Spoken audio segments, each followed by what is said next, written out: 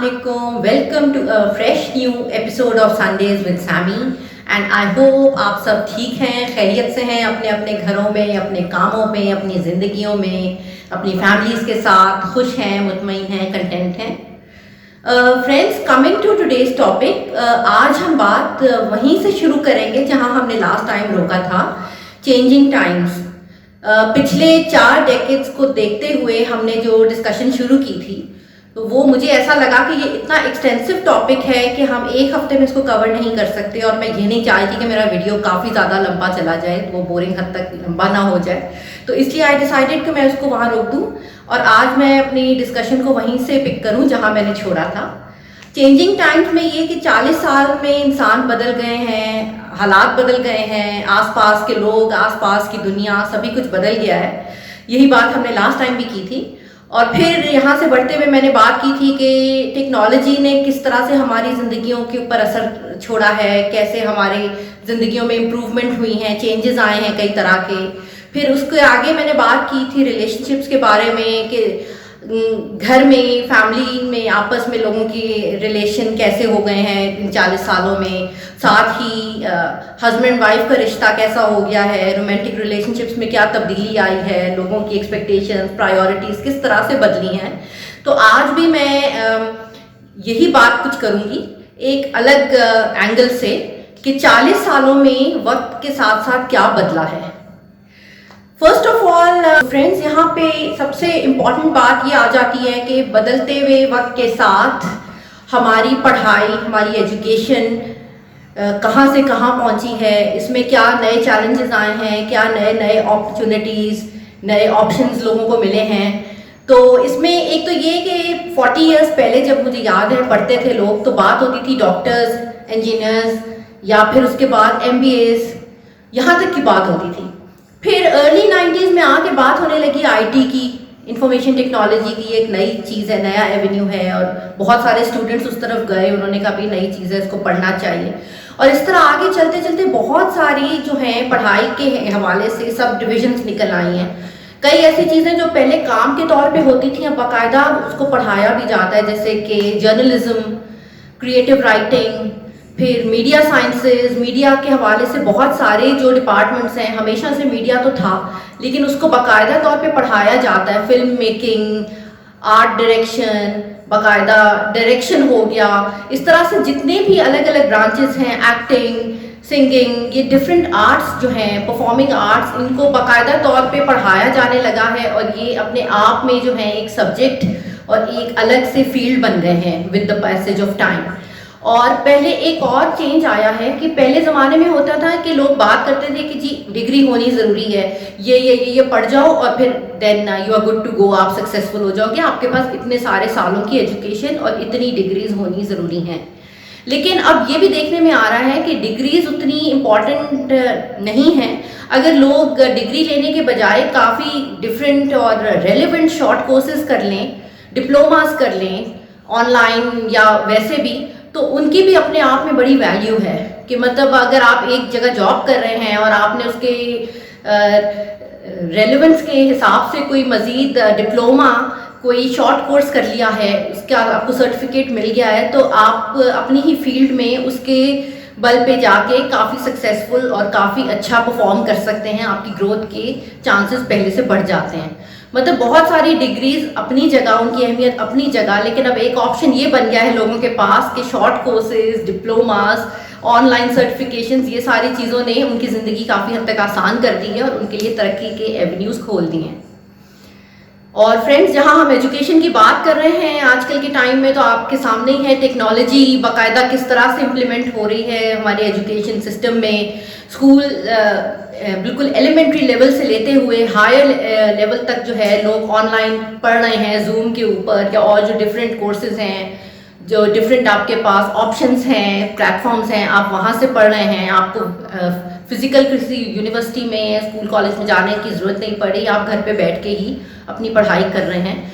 जहाँ आजकल मोस्टली तो ये है कि कोविड की वजह से ये चीज़ें ज़्यादा हो रही हैं, लेकिन फिर भी ये पहले भी ऑप्शन था and some people were actually availing this facility, लेकिन उतना ज़्यादा नहीं जितना कि कोरोना की वजह से अब हर कोई कर रहा है. इसी तरह बात हो गई एजुकेशन की, तो एजुकेशन में ये एक चीज़ और मैंने देखी है कि माहौल की भी बड़ी तब्दीली आई है। जितना जैसे कि पहले फॉर्मल होता था टीचर्स के साथ स्टूडेंट्स का रिलेशन, अब वो काफ़ी हद तक चेंज भी हो गया है, थोड़ी फ्रैंकनेस ज़्यादा हो गई है, दोस्ताना माहौल हो गया है। पहले जैसे पढ़ाई में थियरी का ज़्यादा इस्तेमाल होता था, रट्टा लगा के और इस तरह से पढ़ाई की जाती थी। अब लोग प्रैक्टिकल पढ़ाई करते हैं, करवाते हैं कि मतलब जैसे कि आप ग्रुप बेस्ड एक्टिविटीज़ करेंगे, आप कोई छोटे छोटे एक्सपेरिमेंट्स करेंगे, कोई ना कोई चीज़ आप अपने आसपास के इन्वायरमेंट से लेके उसके ऊपर अपना असाइनमेंट करके प्रेजेंट करेंगे, something which is much more practical, which is very well मतलब extremely connected to your daily life rather than कि सिर्फ बुक्स में रहें। बुकिश दुनिया से निकल के ज़्यादा प्रैक्टिकल लाइफ की तरफ आजकल का एजुकेशन सिस्टम हमें ले आया है, और दिस इज़ समथिंग मैं कहूँगी like breath of fresh air है सबके लिए। बिकॉज लोग जितना ड्राई और डल पहले पढ़ाई को समझते थे, अब पढ़ाई उतनी ड्राई और डल रही नहीं है। उसी तरह से जहाँ एजुकेशन हुई, एजुकेशन के बाद आता है आपका करियर, प्रोफेशनल लाइफ, तो वहाँ भी टेक्नोलॉजी और मॉडर्न ज़िंदगी ने अपना अमल दखल दिखाया है। आजकल की ज़िंदगियों में प्रोफेशंस भी बहुत सारे नए नए आ गए हैं। जैसे कि मैंने कहा कि पढ़ाइयाँ नई नई आ गई हैं, तो ऑब्वियसली ऑल दोज पढ़ाइयों का जो सिलसिला है वो कहीं ना कहीं आपको लेके जा रहा है। मीडिया साइंसेज, जर्नलिज्म एंड जो भी मीडिया से रिलेटेड आपकी टेक्निकल एवेन्यूज़ हैं, वो फिर आपके अलग अलग इंफॉर्मेशन टेक्नोलॉजी से रिलेटेड सिस्टम्स हैं जो कि ऑफिसेज में, ऑर्गेनाइजेशंस में इम्प्लीमेंट होते हैं, तो उनको इम्प्लीमेंट करना, उनको रन करना, उनको आगे चलाना, B it for your payroll, your HR, और या आपकी कोई इंटरनल ऑडिटिंग, डिफरेंट चीज़ें, या आपकी quality control, depends upon the industry. तो उन सब में जॉब अपॉर्चुनिटीज़ निकल आई हैं जो कि पहले नहीं थी। जैसे कि मैंने कहा, पहले लोग बात करते थे सिर्फ डॉक्टर, इंजीनियर, देन MBA, लेकिन अब तो मतलब बहुत अलग अलग करियर्स बन रहे हैं, अलग अलग फील्ड्स आ गई हैं, और ये इतनी तेज़ी से सब कुछ बदल रहा है ना कि मतलब जो चीज़ 10 साल पहले थी आज वो नहीं है, जो चीज़ 15 साल पहले थी वो तो बिल्कुल भी नहीं है। तो बहुत ही जल्दी जल्दी एवोल्यूशन हो रही है पढ़ाई में, करियर्स में।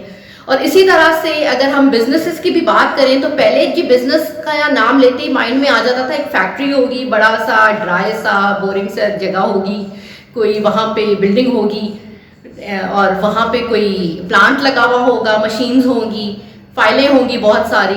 लेकिन अब बिजनेसेस इस तरह नहीं होते। अब तो बिजनेसेस भी बहुत ही हैंड्स ऑन हो गए हैं, घर से बैठ के लोग काम कर रहे हैं, ऑनलाइन बिजनेसेस तरह तरह के निकल आए हैं।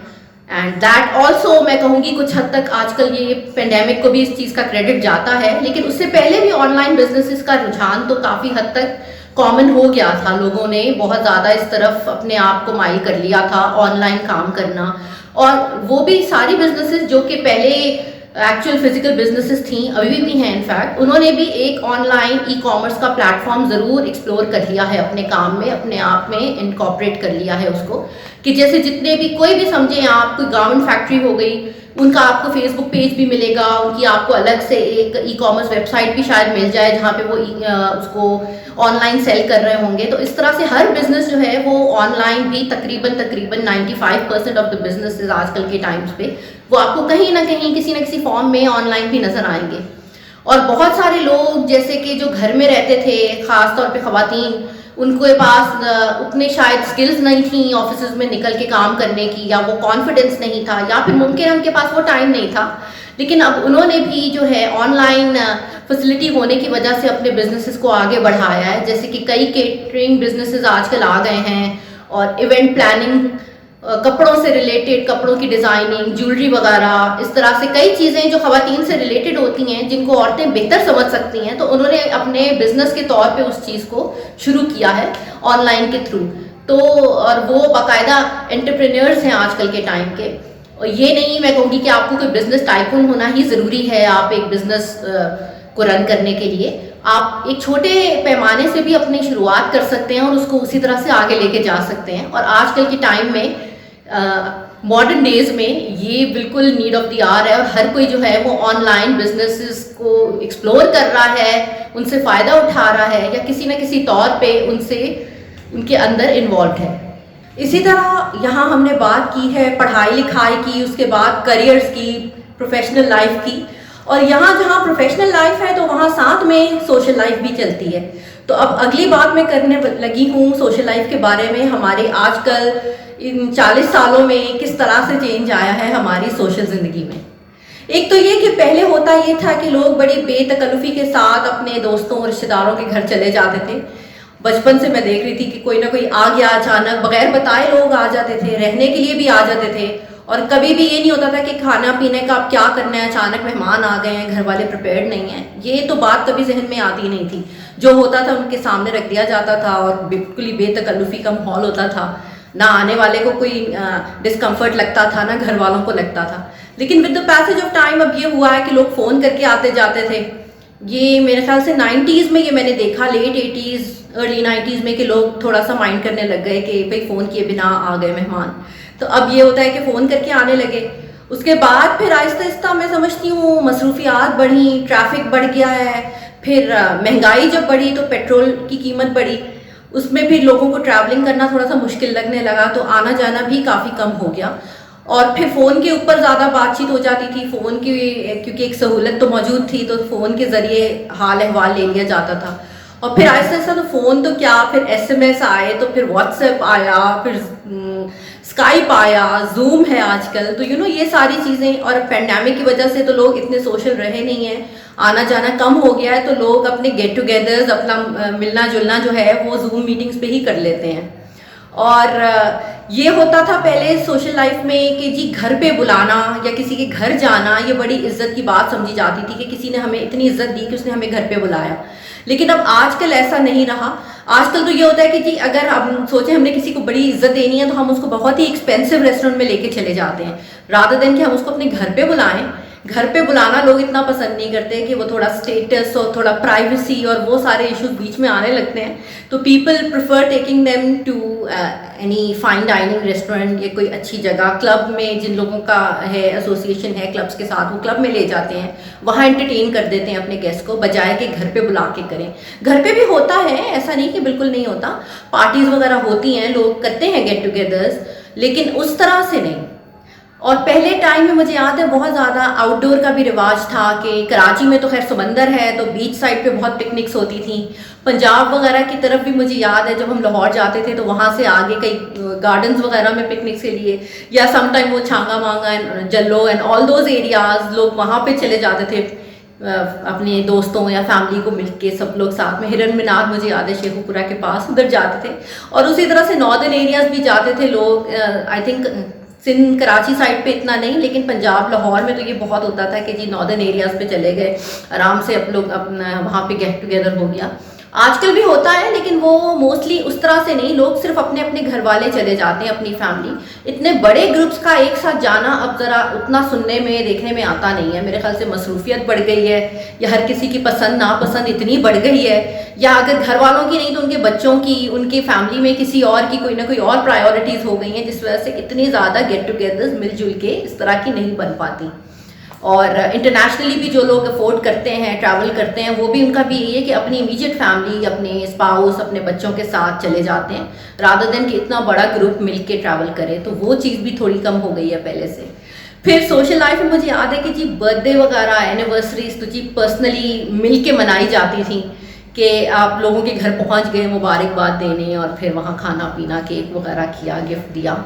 लेकिन अब ये है कि फिर फ़ोन पे लोग सेटिस्फाई हो गए कि जी कॉल कर ली, जी अच्छा आपको याद था, बड़ी मेहरबानी आपने फ़ोन किया, थैंक यू सो मच। लेकिन अब तो उससे एक लेवल आगे आ गए हैं। अब तो जी हमें फेसबुक याद करा देता है, हमें याद हो या ना हो, लेकिन फेसबुक हमें ज़रूर बता देता है कि हमारे फ्रेंड्स या रिलेटिव्स में आज किसका बर्थडे है। तो हम वहीं पे उसको एक मैसेज करके बड़ा ही इम्पर्सनल तरीके से उसे ग्रीट कर देंगे, विश कर देंगे, और वो आपको थैंक यू कर देगा, और बस बात वहाँ पे ख़त्म हो जाएगी। तो अब वो उस तरह से नहीं रहा, वो गर्मजोशी नहीं रही, वो इमोशंस नहीं रहे जितने के पहले थे। और ये एकदम ओवरनाइट नहीं बदला, over the passage of time. जैसे कि मैं बार बार रेफरेंस दे रही हूँ 40 ईयर्स का, तो यस ये सब 40 साल के अंदर हुआ है, एकदम से नहीं हुआ।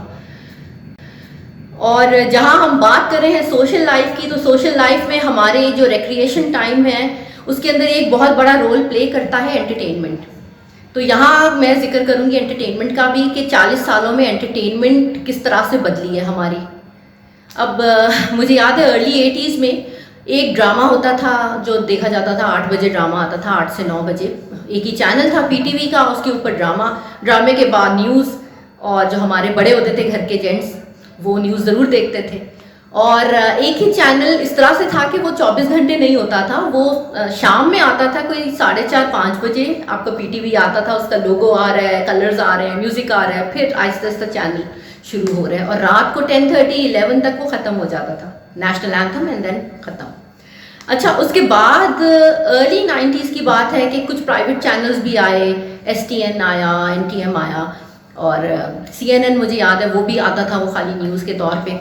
तो ये बड़ी एक्साइटमेंट थी हम सब के लिए वाइल्स वी वर ग्रोइंग अप ना। और उसके ऊपर कुछ पीटीवी के मुकाबले में ज़्यादा मॉडर्न किस्म के प्रोग्राम्स आते थे, कि इंग्लिश मूवी आती थी और पाकिस्तानी मूवी रोज़ रात को एक आती थी, एंड म्यूज़िक के बहुत सारे अलग अलग प्रोग्राम्स आते थे, गेम शोज़ आते थे, और वो म्यूज़िक चैनल चार्ट्स और इस किस्म की ना बहुत सारी चीज़ें आती थी। तो वो फॉर समबडी जो उस टाइम अपने टीन्स में हो, like whiles we were growing up, तो ये बहुत ही हमें एक एक्साइटमेंट लगती थी कि वाओ ये भी चैनल है।